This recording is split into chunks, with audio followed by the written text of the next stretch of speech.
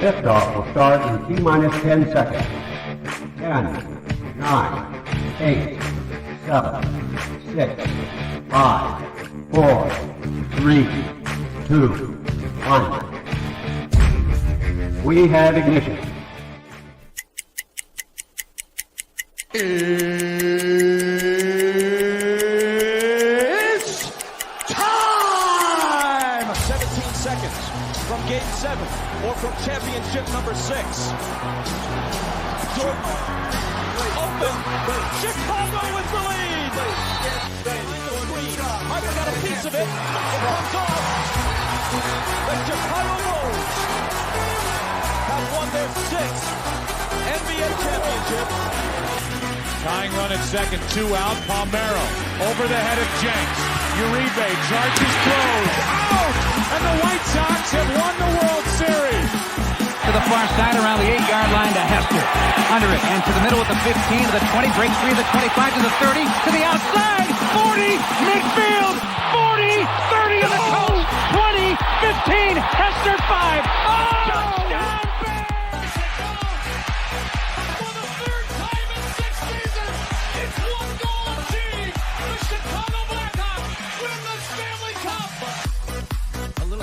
Slowly toward Bryant. He will glove it in front of Rizzo. It's in time. And the Chicago Cubs win the World Series.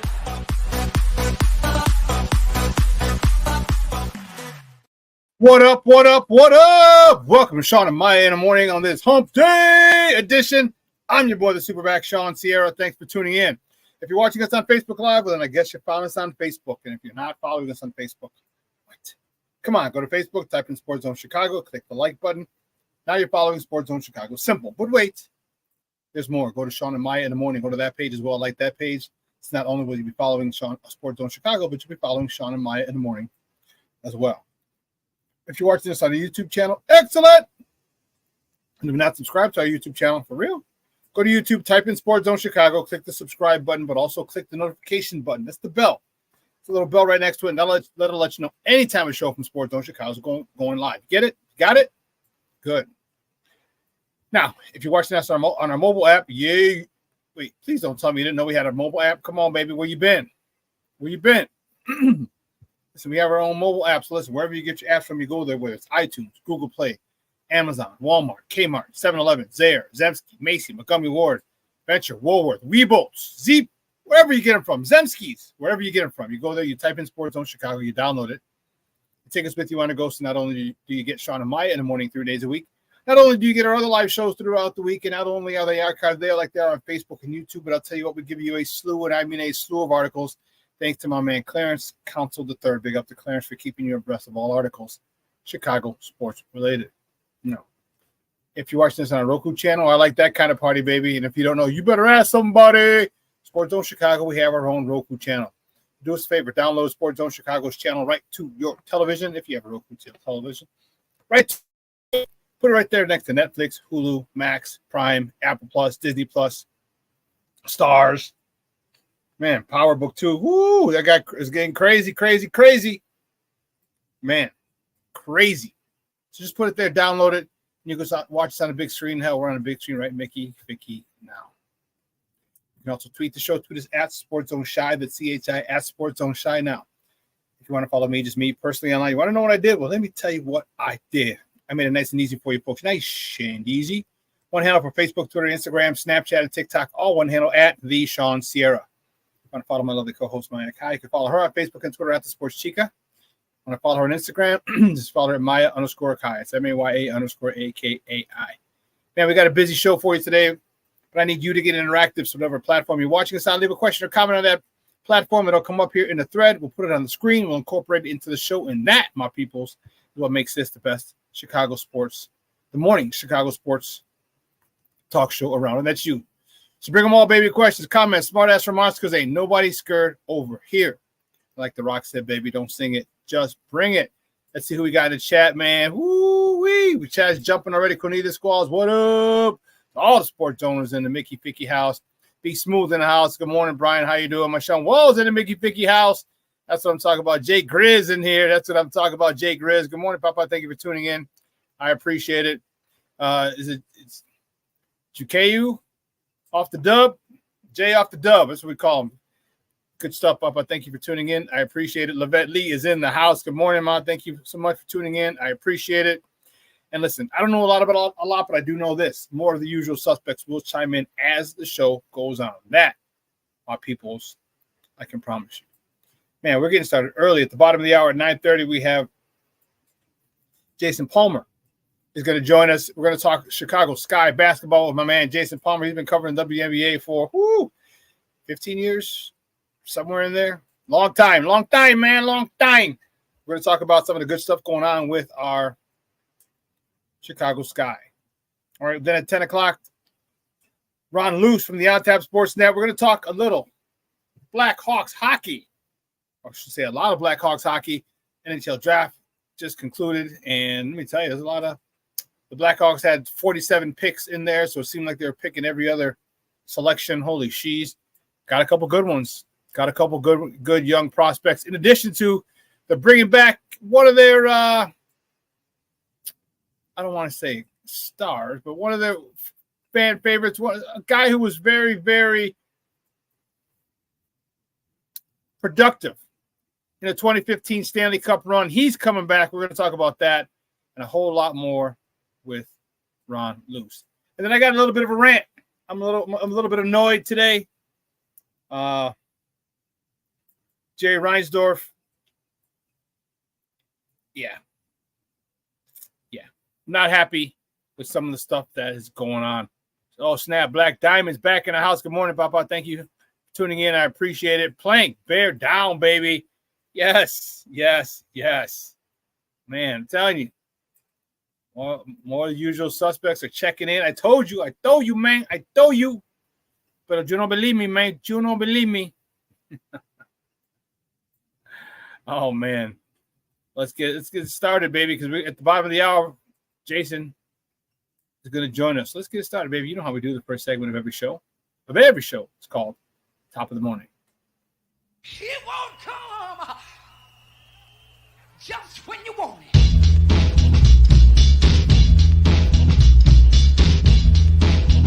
Top of the morning to you. Top of the morning to you.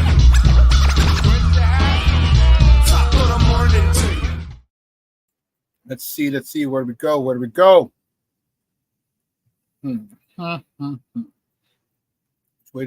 way do we go? Here we go. We'll start with these guys. These guys over there. I'm true of these guys right here. The Cubs fall to the Philadelphia Phillies 6-4 at Wrigley yesterday. Man, Hayden Wesneski having a rough one, man. He got the loss. He's 2-5 on the season. He went 5 innings, 5 hits, 5 earned runs, 3 walks, 7 punch outs. Cody Bellinger, 2 for 4 with a double, his 14th. Also drove in his 35th run of the year. Mr. Outcast himself, Seiya Suzuki, 2 for 4 with a homer, his 11th, driving in his 32nd, 33rd, and 34th RBIs of the year. I don't even know what to say. But the Cubs will host the Phillies again today at Wrigley Field. First pitch is 7:05 Central. Zach Wheeler is on the bump for Philadelphia. He's 9-4 with a 2.73 ERA. Going up against Shota Imanaga, who's 7-2 with a 3.07 ERA for the Cubbies. Shota's got to show out. Shota has to show out. Shota has been showing that he's a little human lately, and he's got to do. They need him. They need him big time. Big time. They need an outstanding performance and just hope the bullpen doesn't blow it. They just hope the bullpen doesn't blow this particular lead. Well, the next top of the morning topic here. The White Sox ball to the Cleveland Guardians yesterday over at the Mistake by the Lake. That is Cleveland. They fall 7-6. Chris Flexen, he got no decision. He went 6 innings, 6 hits, 6 runs, 3 of them earned. A walk, 3 punch outs. Lou Bob, my man Lewis Robert, 2 for 4 with a homer, his 10th. Driving in. He also drove in 4 RBIs total yesterday. 16-7 15, 16, 17, and 18 RBIs of the season. Lenny Sosa was a man of the hour, tower of power, 2 for 4 with 2 doubles, 6 and 7 doubles of the season, driving in his 12th run of the year. And Andrew Vaughn was 1 for 4, hitting his 11th homer, driving in his 40th RBI of the season. Sox are back in Cleveland tonight. First pitch is 5:40. You can catch that game on NBC Sports Chicago or their flagship AM 1000. Eric Fetty's on the bump for the White Sox. He's 5-3 with a 3.23 ERA. Going up against Gavin Williams, who's making his season debut. Some good news from White Sox camp. Peep this. Peep this.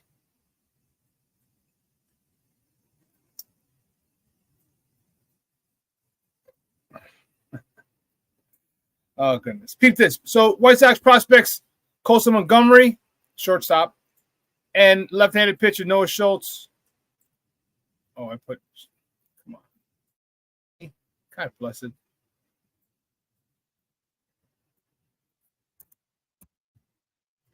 There you go. You got fat fingers. Noah Schultz, Double-A pitcher, will participate in a futures game during the All-Star break. That's pretty good, I would say. You know, it's we need stuff like that because, you know, oh goodness gracious, great ball of fire. We need stuff like that. We've torn down this team. We're about to tear down this team. Okay, we're about to tear down this team, and it sucks. It really, really sucks. Right? What they're supposed to have done versus what they're doing now is embarrassing. As a White Sox fan, it's embarrassing. You know, I don't know what else to say. It's embarrassing. And I have a little bit of a rant that I'm going to go on because this could have been avoided. This whole situation. How many rebuilds is it in the last 7 years? That's 10 years.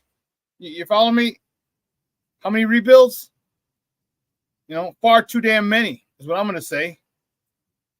Far too many rebuilds. Okay? It's unacceptable for what they're doing. Unacceptable for a big market, the third largest market in the country. You want to? They want to act like we're Kansas City. Or we're Montreal. Back in the day when Montreal had a team. Or Tampa. Come on, man. You know, it's embarrassing. It's out and out embarrassing. You know, I don't know. It's, you know, we sit there and we want our teams to do well. We're praying for them to do well. We support them. And what do? This type of nonsense? Come on, man. Definitely not cool. Not cool at all. And I'm not happy about it. And I know White Sox fans aren't happy about it either. And if you didn't hear, this is, I say this falls on Jerry. Did I put that in there? Yeah. Former White Sox shortstop Tim Anderson, designated for assignment.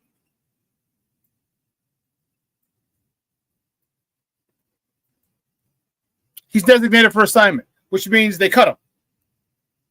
So his baseball career is hanging on by a thread. Hopefully he gets picked up by another team. But that was the purpose of this season, was to kind of rebuild his value, so to speak. He signed a one-year deal with Miami. And for me, this falls flat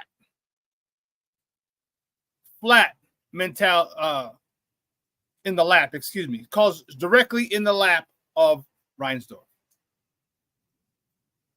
All right. You know, back a few years ago, they had Ricky's boys don't quit. Ricky boys don't quit. Okay, and they decided to go a different route with Ricky. All right? I know Ricky doesn't ever want to see a step foot in Chicago again. He doesn't even want a layover or pit. He got screwed over by the Cubs. He got screwed over by the Sox. But at that particular point, they brought in Tony La Russa. And that's where it all happened. It seemed like they were doing too much. TA, they're the young, exciting bunch of baseball players, brash, unapologetic, cocky,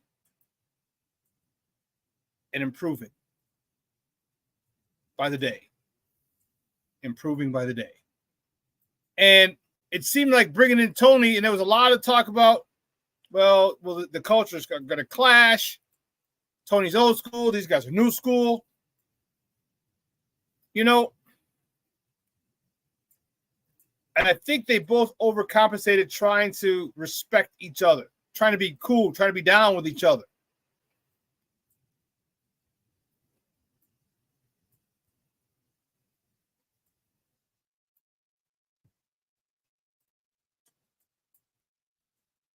Is that 213 one? No, which one?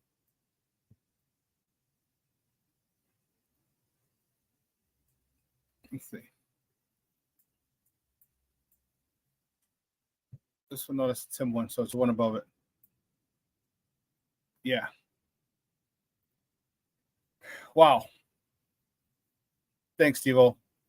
Here's a 2021 in the ALDS, game 1. Okay. This is the lineup from literally 3 years ago. Tim Anderson, now he's unemployed. Yon Moncada, hurt. Jose Abreu, unemployed. Yasmani Grandal, washed up. Luis Robert, only one who's worth a damn. Eloy Jimenez, hurt. Even though he's playing, he's still hurt and he sucks. Gavin Sheets doesn't really move the needle for anybody. Adam Engel, out of baseball. Larry Garcia is in AAA.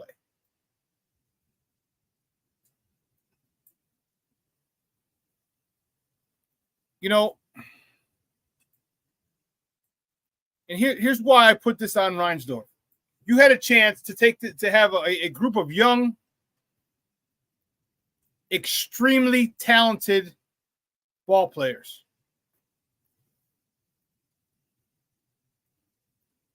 To be managed by a great manager by the name of Ozzie Guillen.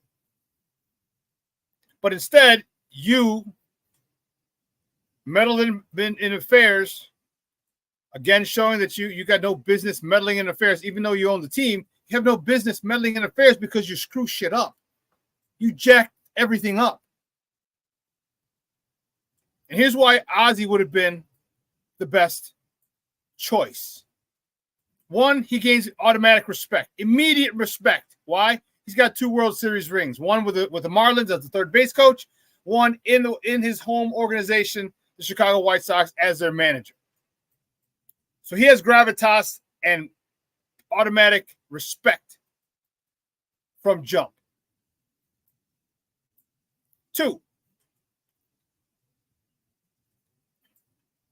Ozzie would let these guys play, but I'll tell you what, Ozzie would have had these guys fundamentally sound. Fundamentally sound. They've been working on things in spring training. If you refuse to get a runner over, a runner from second to third, because you won't hit the ball to the right side, he'll sit your ass. He had no problem calling you out in the media. He had no problem calling you out in the face, personally. And that's what some of these guys needed. They needed some tough love. Third, he speaks obviously perfect Spanish, seeing he's from Venezuela. So there's nothing lost in translation. So the relationship that he would have with Luis Robert, with Eloy, with Yo-Yo, they have a mentor, a father figure to look up to in Ozzy. And the thing that I love about it is he's not going to favor them. He's not going to kiss their ass because Yo-Yo was the number one prospect coming up, number one minor league prospect, and Eloy was another prospect, and Lewis Robert was a huge prospect. Ozzy wasn't going to kiss their ass at all. Ozzy was going to work them. Ozzy was going to keep them humble. He was going to put them in check when they needed to be put in check. Okay, the White Sox did whatever they wanted under Tony because he was asleep many times in the dugout.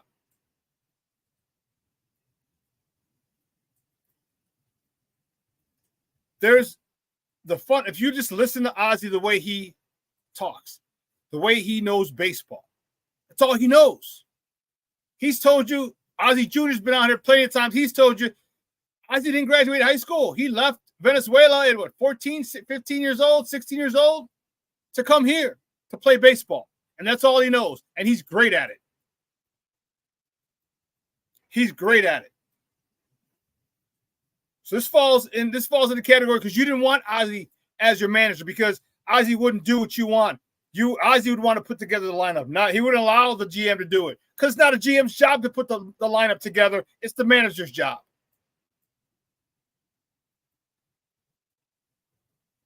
But Ozzy's too much of a firecracker. He's too much of a wild card. No, you know what he is? Ozzy's a winner is what he is. And he will not be controlled by anybody, and that's what they didn't like. That's what they didn't like, that he could not be controlled. But instead, and I'll tell you what, Ozzy would have talked to some of these players. He talked to Bobby Jenks about their personal issues. I know Tim Anderson had some personal issues. Okay, we all know it. All right, his best friend, the godfather of his daughter, was murdered back in Tuscaloosa. That affected him. Then he had an extramarital affair that resulted in the birth of a child. That affected him. Ozzy would have helped him deal with a lot of these things. Tim looked like he had no guidance.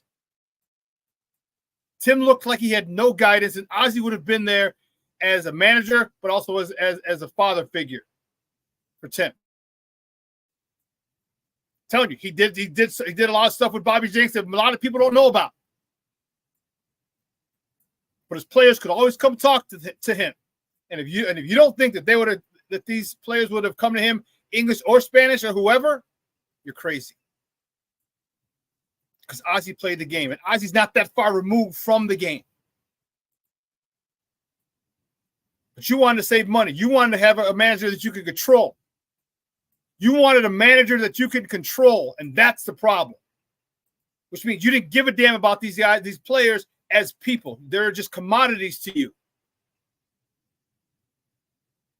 And I'm not saying, poor Tim Anderson. Yeah, he's got millions. He's fine. But it's not about the money. It's about wasted talent. It's about wasted talent. And if you cared about your players, don't show me the loyalty to them when players are good. Show me when guys are having a rough time. When guys need help. Paul Konerko didn't need help. Frank Thomas didn't need help. Tim Anderson needed help. He needed somebody to sit his ass down and say, hey, grow up. You cannot let what happened on the off the field affect your on-field performance. Ozzy would have had him in check. Ozzy, and I'm telling you, the respect that Ozzy garners, unparalleled. So this could have been a whole different story had you hired Ozzy after you let Ricky go. But you chose not to because you wanted a puppet. And Ozzy's nobody's puppet. And I think this whole thing with Tim Anderson could have been avoided. I think Tim Anderson is still on the south side as a shortstop. And you don't think Ozzy would have got on him about his errant throws, right? His mental lapses at times? You're damn right he would have.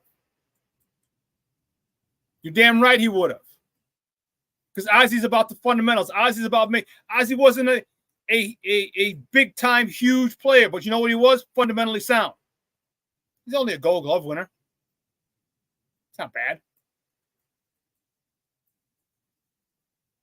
But he plays fundamentally sound baseball where you don't hurt yourself. But you didn't want that. You didn't want that because he wouldn't let you put the lineup together.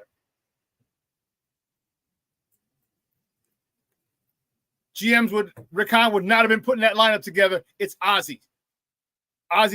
He's opinionated, he's unapologetic, and you didn't want him because he's too strong-willed, which is why you didn't interview Bruce Bochy, which is why you didn't interview Joe Girardi, which is why you didn't interview Joe Madden. You didn't interview anybody. You gave a nobody a job, a guy who got passed over in his own organization 2-3 times to be a manager, but you go get him so you can control him. And this is what you got. You're trying to fight off the worst record in Major League Baseball, and look at all the players that you had that because, and if you don't, and I'm telling you, people don't understand how important coaching is. Managing, coaching, whatever you want to say. People don't understand how important that is. And you're seeing it now with the White Sox. Look at all the players that have gone. I mean, Jose, he might be 45 years old. We don't know. He could damn well be.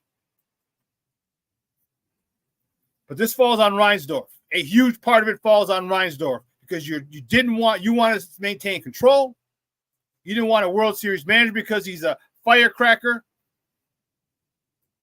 Because he's a wild card, because you don't know what he's going to say. You might not know what he's going to say, but you know what he's going to do. He's going to win you some games, and he's going to have everybody in check.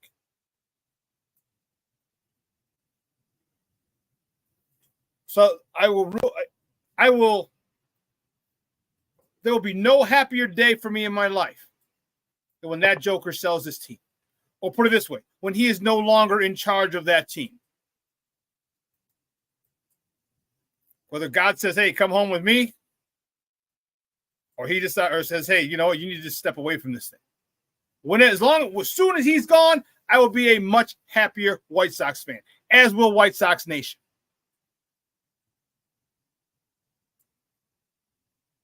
I'm not going to get started with the Bulls, but we're just talking White Sox. And my blood pressure is going to go through the roof like crazy. But this one's big part is on you, Reinsdorf. Big part of this Tim Anderson situation is on you. You could have had a leader in that locker room with Ozzy, in the clubhouse, with Ozzy, but you chose not to. You chose not to. We're going to take a break. On the other side of the break, got a little bit of good news. The Sky, baby. Sky. A lot of good news coming from my man Jason Palmer is going to join us on the other side. We're going to talk Sky basketball, some of the good stuff that's happened. Very happy for these young ladies. I want them to win more, but nonetheless, I mean, we'll get there. So don't go anywhere, folks. Jason Palmer up next. Keep it locked right here. Shawn and Maya in the morning on Sports Zone Chicago.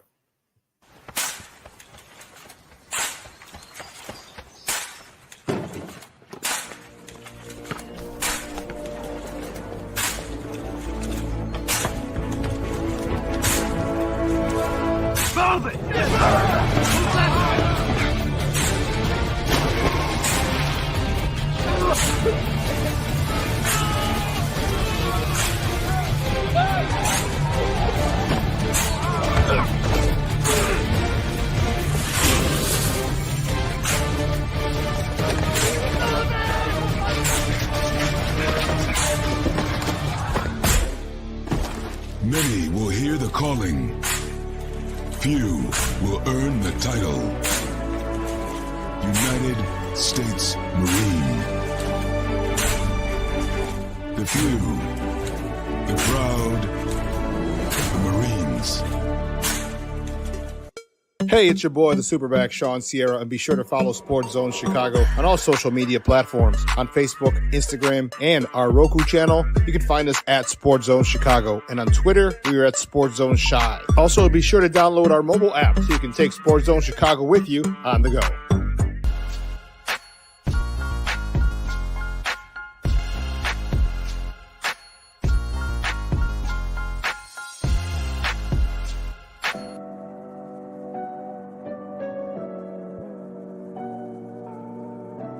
How do you take care of your mind health? For my mental health, I meditate in the mornings. I have my dogs. They're the best. I just find ways that help me just relax. Finding things that make me happy, like being close to my family. I meditate a lot and read books. I have hobbies outside of the game. I'm able to switch off. I'm able to turn my brain off from the game of basketball. Your mind health matters. Your mind health matters. We are looking for a few heroes, mentors, trailblazers, innovators, a passion to change lives, spark curiosity, open hearts, and awaken minds, help students answer the question, who am I? This could be your calling, but this is no job. It's the journey of a lifetime. Be a hero. Be a teacher. Mental health and learning disorders don't discriminate. 1,000 career points Friday against the Sun. That drive and layup balls for Kennedy Carter. Thought about retiring last season. We sure are glad that you didn't here in Atlanta. Off the roll, there's the first bucket for Angel Reese. Company that Angel Reese finds herself in, not midway through her rookie season. The seal and the score, that time from the veteran Isabel. A lot better than that from the free throw line. Always gives you an uneasy feeling if you're a coach. The pull-up falls and one diamond to Shields. Took the contact in flight from Jones. Gassed. Yeah. Thought about the transition three and said Evans can't leave her open. She rains down another one, and the Sky retake the lead. They know they need her energy. Great chiseling over the screen on Carter, who finds the Shields, who finds the three in the corner, and we're tied again. Woo-wee! I love it, baby. Those video courtesy of the Hue or CBS Sports. Those are our girls. The Chicago Sky yesterday with a big 85-77 victory over the ATL Dream. It was all a dream. Girls, big game yesterday. And one of the things that I didn't get to talk about on the top of the morning because I was in that rant about Reinsdorf. A couple of things. Caitlin Clark, our girl, collected her 11th consecutive double-double. She is now as the new record. I'm so proud of her. Okay, and here's why. You know, she got a lot of flack. Her game's not going to translate this and this. She's got really no real post move, no this. She's got heart. You know what she's got? She's got grit. All right, you can tell people who grow up a certain way. Okay, she grew up a certain way in the streets of Baltimore. Okay, just like you get, you know, her mentality is that of like the Derrick Rose. All right, she's a go-getter. She's going to get it done, period. She got it done at LSU, winning a chip. She's getting it done here. New WNBA record, 11 consecutive double-doubles. And then yesterday,